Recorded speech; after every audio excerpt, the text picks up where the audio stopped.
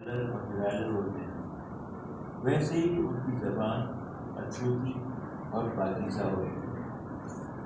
بچوں کے لیے لکھی جانے والی زبان کبھی دھیان سے پڑھو، وہ گنگناتی ہے۔ ایسا نہیں کہ وہ روکھی سوکھی بات کرتی چلی جائے، وہ کہانی کہتی جاتی ہے اور گاتی جاتی ہے۔